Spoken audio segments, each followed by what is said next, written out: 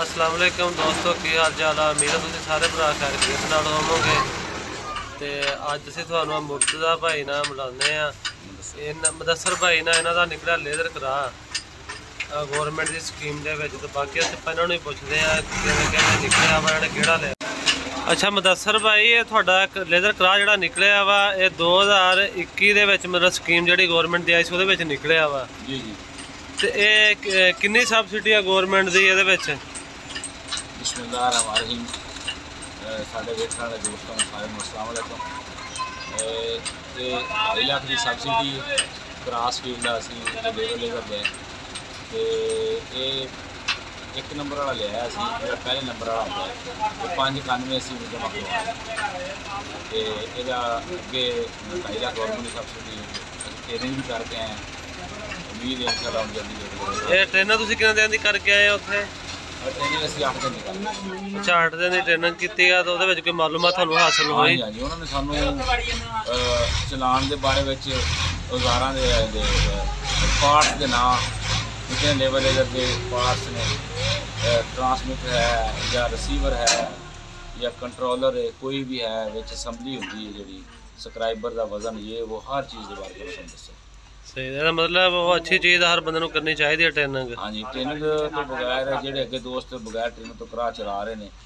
मैं तो कहना भी वो वैसे तजर्बा उन्होंने होएगा, बार का इतना तजर्बा नहीं होगा जितना वो सानू दसते हैं। सही, मतलब अच्छी चीज़ सानू देंदे ने, बल्कि खोलण के बारे में सानू उन्होंने दस्सिया लेवल फॉल्ट बन जाए, थोड़ा बहुत फॉल्ट असीं वेरीफाई कर सकते। सही है। तुसीं क्रॉस फील्ड कंपनी का जिहड़ा हिल्टी वाली मशीन जिहड़ी पानी च डिगे जिहड़ी वाटरप्रूफ है, सानू यानी कि पानी च भी डिग जाए तो खराब नहीं होगा। और 11,000 के भी लाइन थले लाया जाए तो भी काम करेगा। बाकी जो तो पहले चल रहे हैं वो कहते हैं भी बिजली तो डिस्टर्ब हो जाए। सही लैंस छड्डते हैं, शोवा छड्डते हैं। सही सही।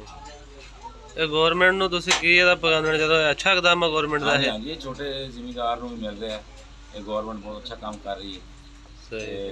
उम्मीद है इंशाअल्लाह इमरान खान साहब और भी छोटे जिमीदारों को इन सबसिडी देंगे रहते। ठीक हो गया। तो उम्मीद है कि तुहानूं साडी अज दी वीडियो पसंद आएगी तो साडे चैनल नूं सबसक्राइब जरूर करना वा, तो वीडियो नूं लाइक करना वा। तो तुहानूं छोटा जिहा रिव्यू कराउने आ मुदस्सर भाई के ट्रैक्टर का। है जी, मुदस्सर भाई का ट्रैक्टर आ जिन्हां ने लेज़र लैंड लेवल के बारे आपां नूं दस रहे थे। माशाल्लाह 6 मॉडल ट्रैक्टर है, फीट 640, तो बहुत ही साफ सुथरा ट्रैक्टर है माशाल्लाह। तुसीं देखो ये चेसी का रंग और शो का रंग वगैरह। ये मोबाइल वगैरह बदलने आए सी वर्कशॉप, क्योंकि गां सीजन आ रहा ना गंदम कढ़ण वास्ते। माशाल्लाह तुसीं देखो शो का रंग वगैरह कितना साफ है और कोई लीकिंग वगैरह नहीं हैगी ट्रैक्टर नूं।